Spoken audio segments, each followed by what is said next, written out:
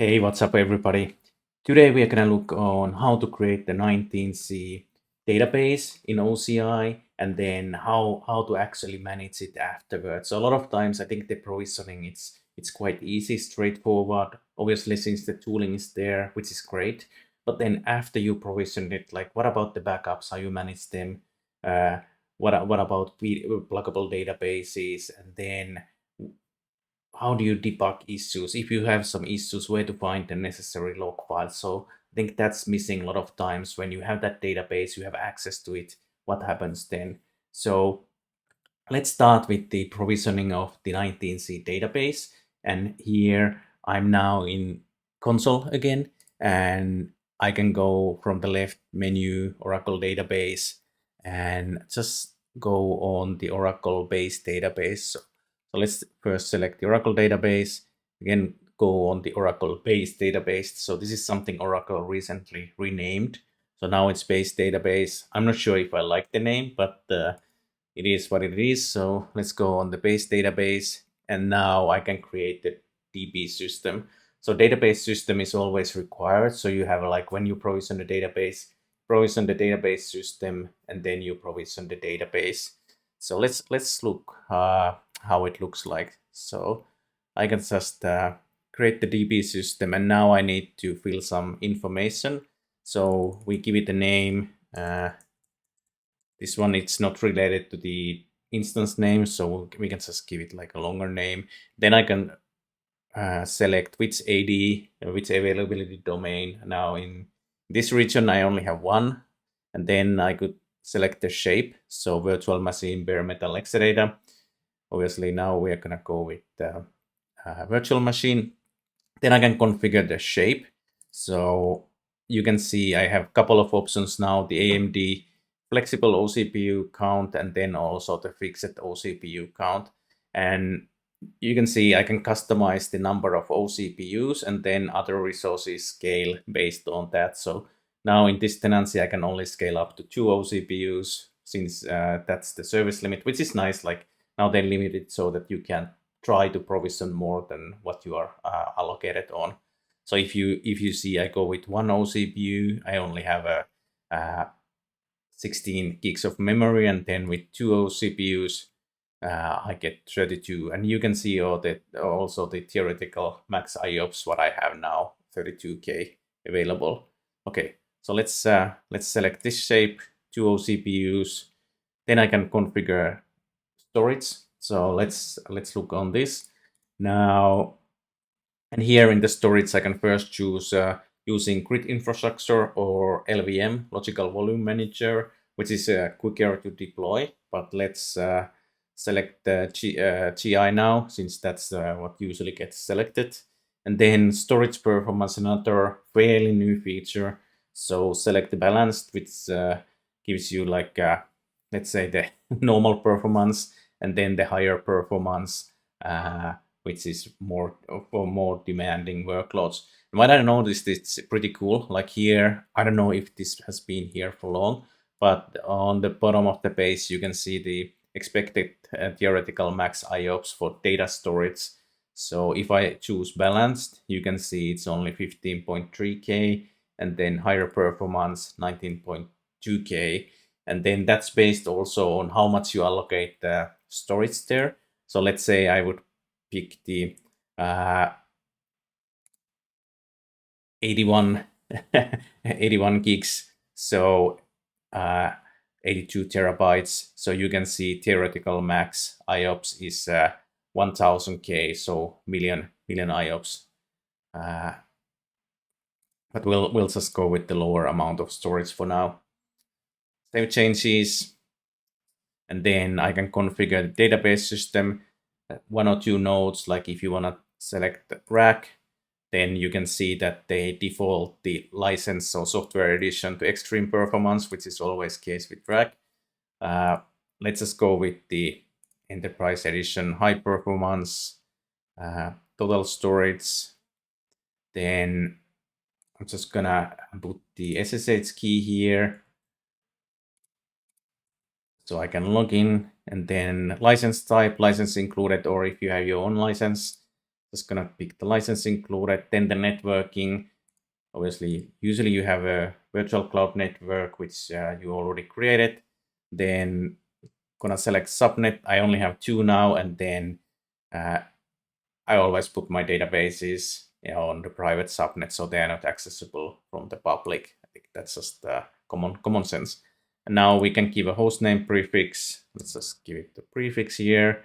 Not gonna use network security group, and then I want define private IP, and now some diagnostics events I can enable them collection. This one, health monitoring, I have to check why I can't click it, but maybe there's something that we would need to enable first. And now next one. So the next one is the database information. So here I give the database name, and then I could give it the unique name, and then you can see if I give it unique name suffix, it fills it automatically. Otherwise, it will just fill it automatically, and I'll leave it empty there. PDB name optional. If I won't give anything here, then the database name will be PDB1. And then if I would like to provision some other database version, I can click the select the database software image, and then I can select from the available ones here. Let's say display all the available, so you can see more versions being available. And you can see actually interesting here on the bottom, database versions 18c and 11.2 are not supported for flex shapes. So that's something I haven't noticed earlier, but maybe there might be a case you need to deploy 11.204. So something to remember, that the shape basically limits that. So we'll use the latest 19c shape. I could also select like custom software image if I would have some patches I've already applied on some image, and then I could choose that one as well. Okay, so latest one, no PDB name. Then I need to give it the password for sys. I'll just use my password that I have. There we go. And I'll use the same password for TDE wallet as well. Then I can select the workload type. I'll just use the transaction processing. Let's actually enable the automatic backup, so it gives us a little bit more to see after it's provisioned. And you can see all the prerequisites needs to be filled before they actually work. So we can check those after provisioning if they work or not. Retention period, remember, like a good exam question in the OCI exams, like what's the max retention? So 60 days. Hopefully this changes in the future, like sometimes 60 days is not enough, so you have to configure your custom backups as well, and I'll talk about those in later stages. And then scheduling, backup scheduling, UTC, I can give like a time window. So let's do it like 4 a.m. to 6 a.m. UTC.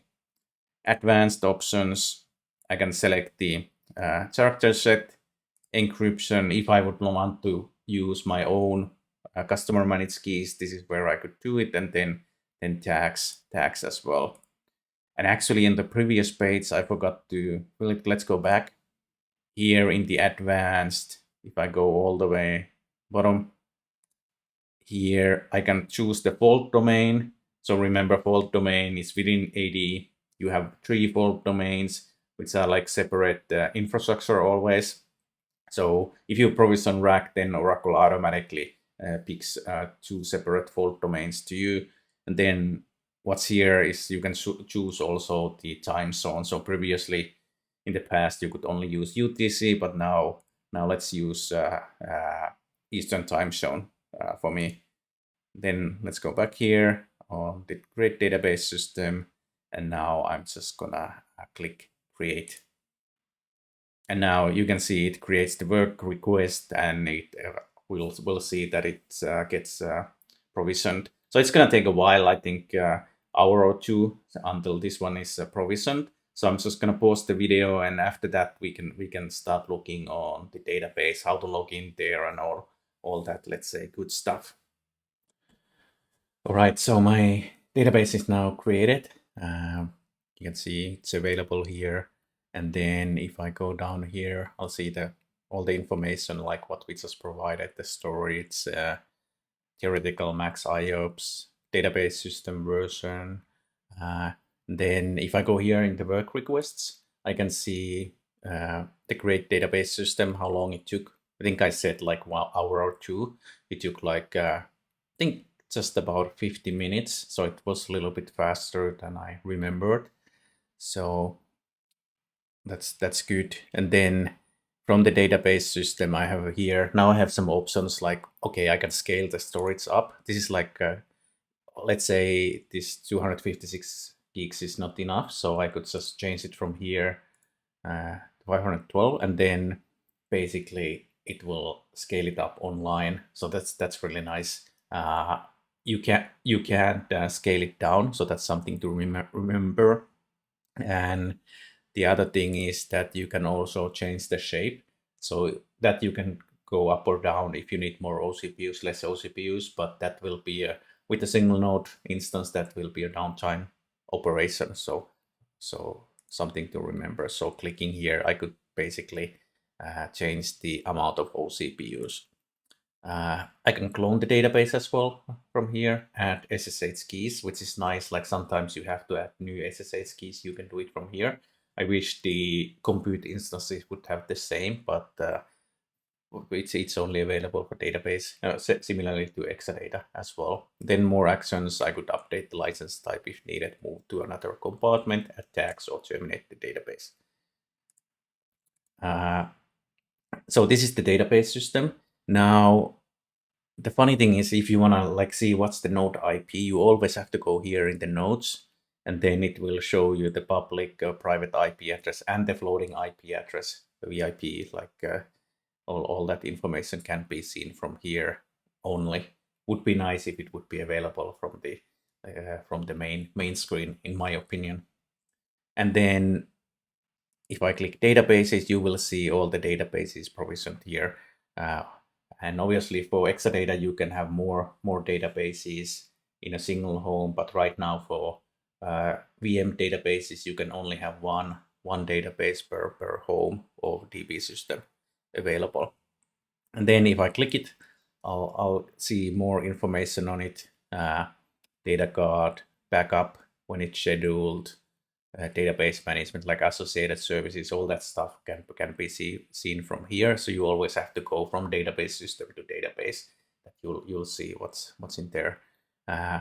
Database connection, you'll get the connection strings here.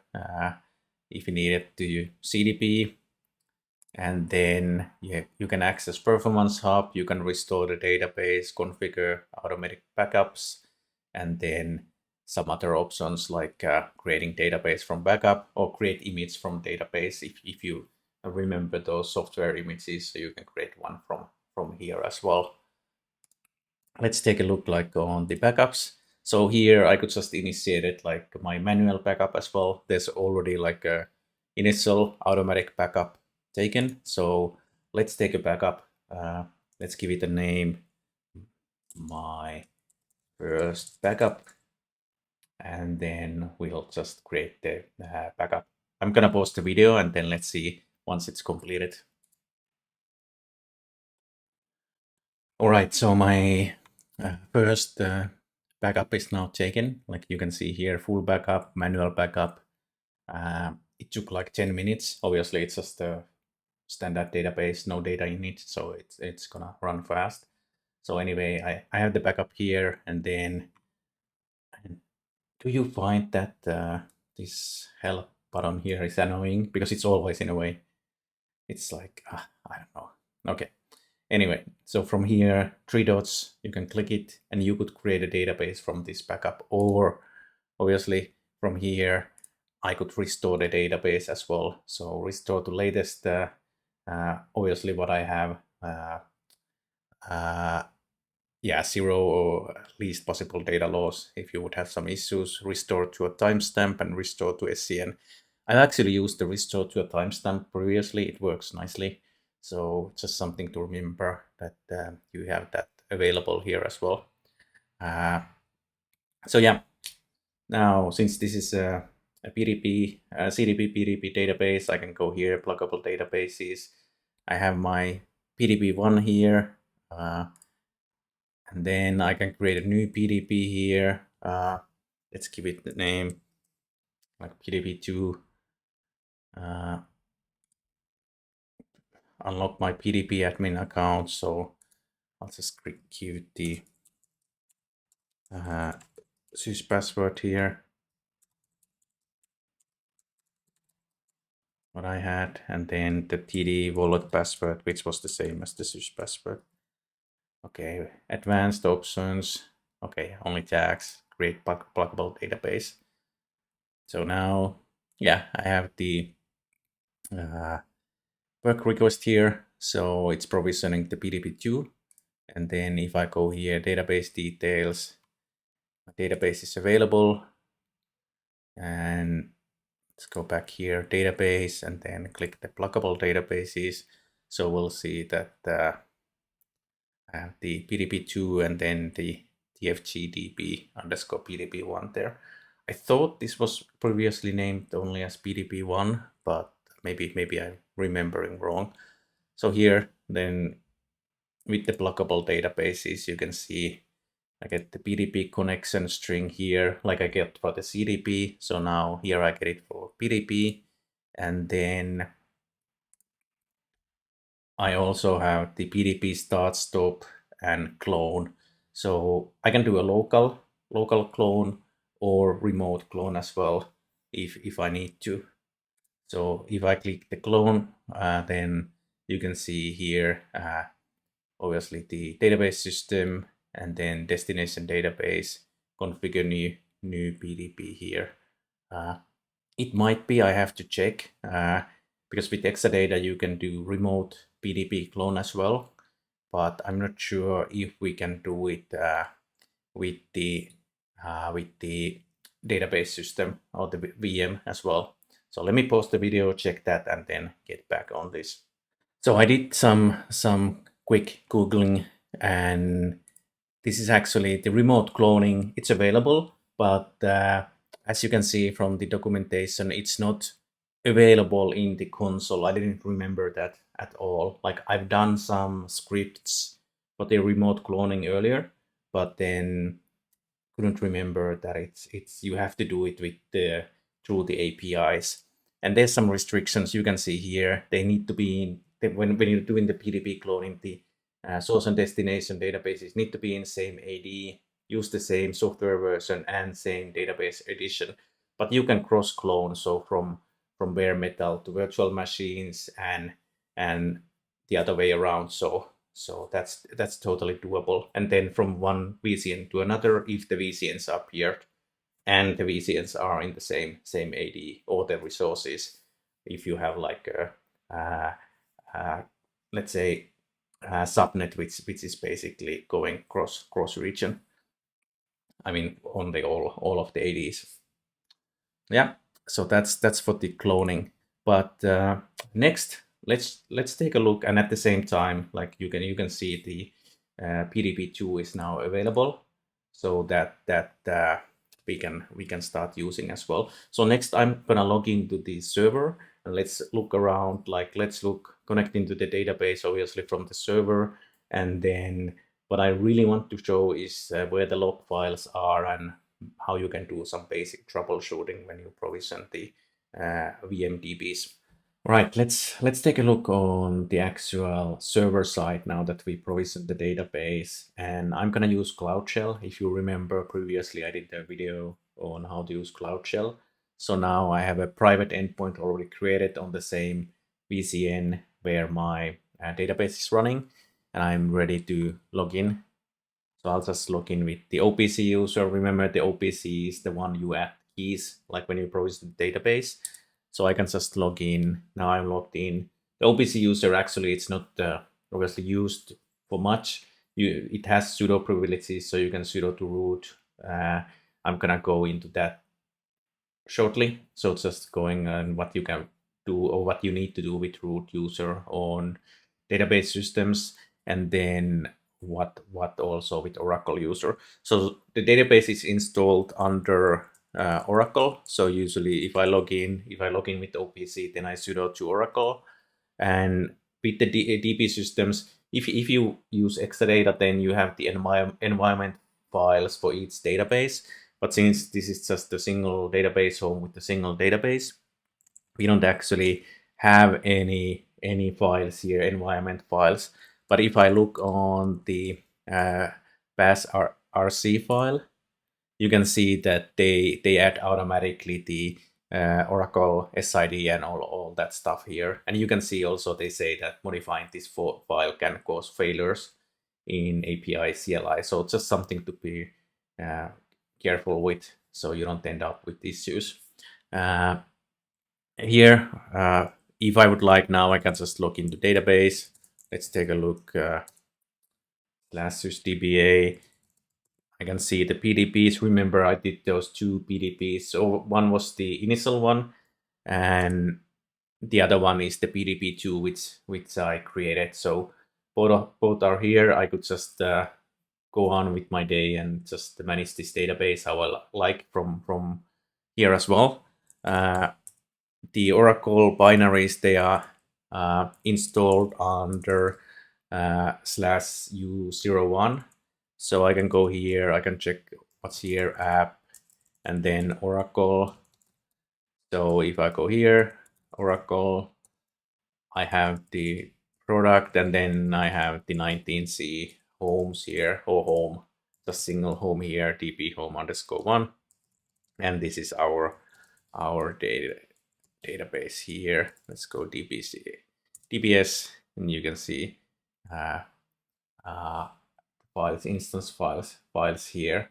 So this is basically, if you need to access the database, then you will log in with the OPC user, unless you create additional users, and then you can sudo to Oracle user and then start working. So that's with Oracle user. Then also there's the grid user. Remember, we provisioned the database with the grid infrastructure. So I have the grid user. Again, I think here, if we look at the pass RC file, you can see you can see the environment file variables already set. I can run ASM command, lsdg command, and you can see the storage we chose earlier for data and recovery area. So also grid user is accessible here if needed. And what else? We can take a look on the listener, and you can see all the services are created for the PDP as well. You can see we created that PDP2 and the services here. This, let's say the whole service name is taken from the DB domain. So it has this long VCN service name here. So those are the Oracle and grid users. Next, let's take a look on root user and DBCLI and anything else that maybe where the log files are, if you run into some issues, where to look for. I think that's the thing what comes up a lot of times, that you need to debug, and then you are searching for the log file. So I think this will be helpful. So looking on the DBCLI, which is the database CLI, I'll just sudo as root. You could basically run this under OPC with sudo. Let's go to root, and then I have DBCLI. I can run the help with the -h. Just run it, and then it will give you all the commands you can use it for. So obviously you can use it for just getting the information, but then also for example, starting and stopping database, or updating some let's say values what you need to, like TD keys, for example. And let's take a look, like some command, list command. Yeah, list list databases. I think this one is good. DBCLI list databases. It should list the database what I have here, and you can see it gives the all the necessary information here, database version, also the database ID. So obviously this isn't like really comprehensive, so we can also run DBCLI describe database. So let's run that describe database, and then let's give it the ID. Oops, I think it was describe databases.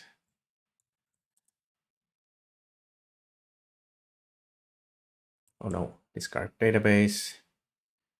And I think it needed the value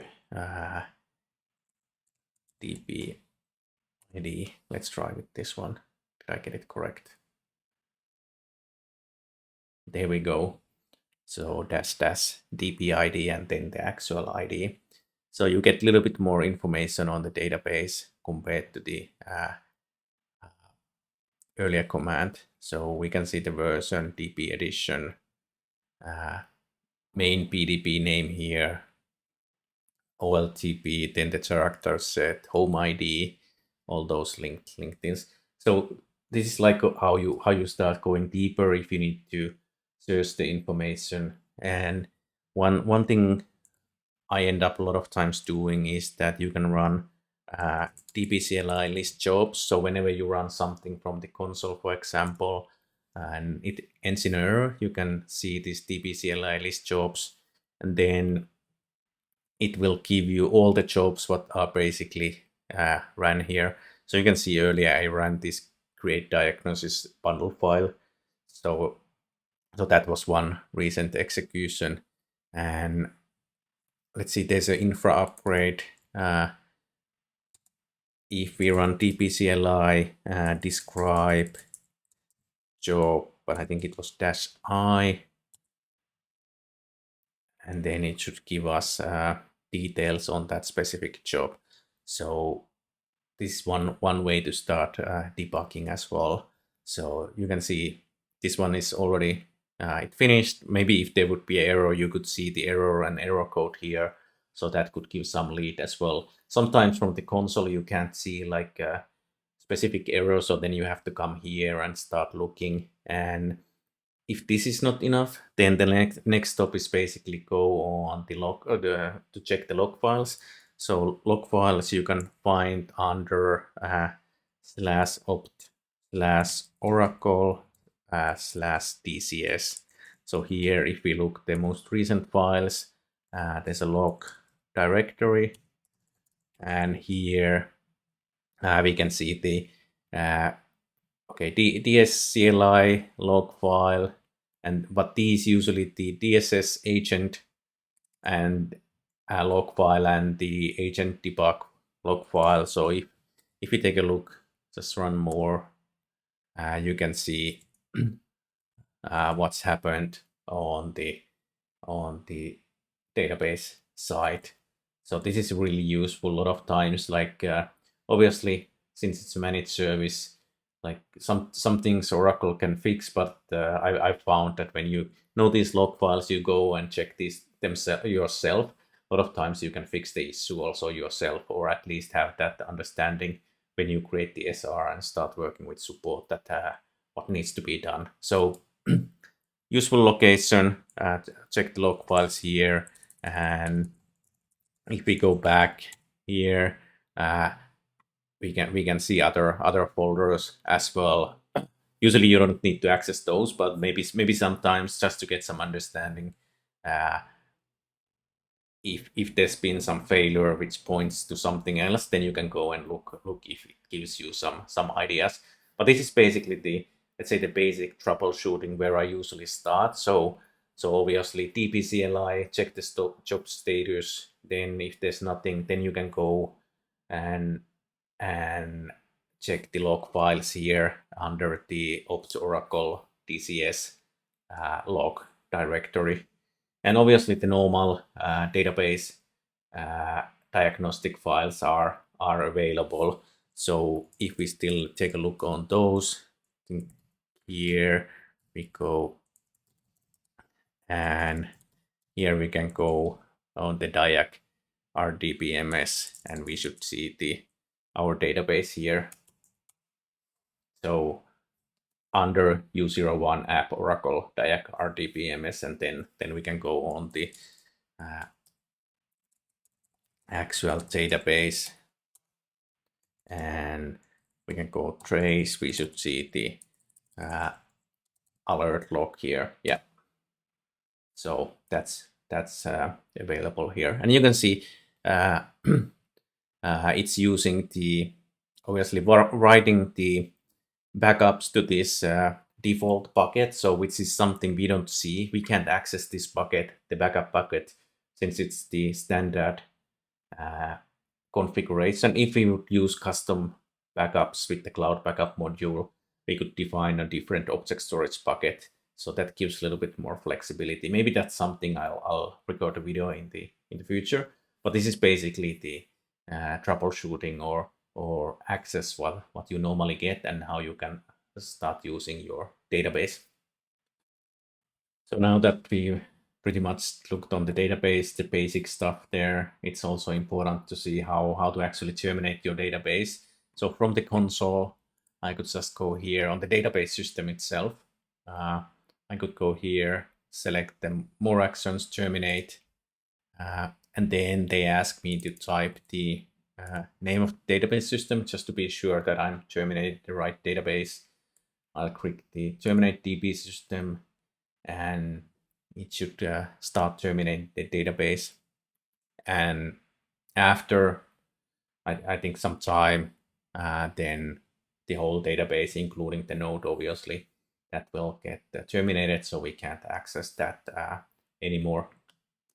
So that was this time's how to provision database, and after provisioning, basically configuring automatic backups if needed. You can also choose them like right when you're provisioning. Then those small things like how to clone or create new PDP, and then which is most important to me is that how I can manage the system afterwards, how to find the log files, and then also which users I need to use, all of those things. It's not like super complicated, but you just have to know them and what purpose they are used, like the root user, for example, with the DBCLI command. Hope you liked the video, and let's see what the next video will be about. Thanks for watching.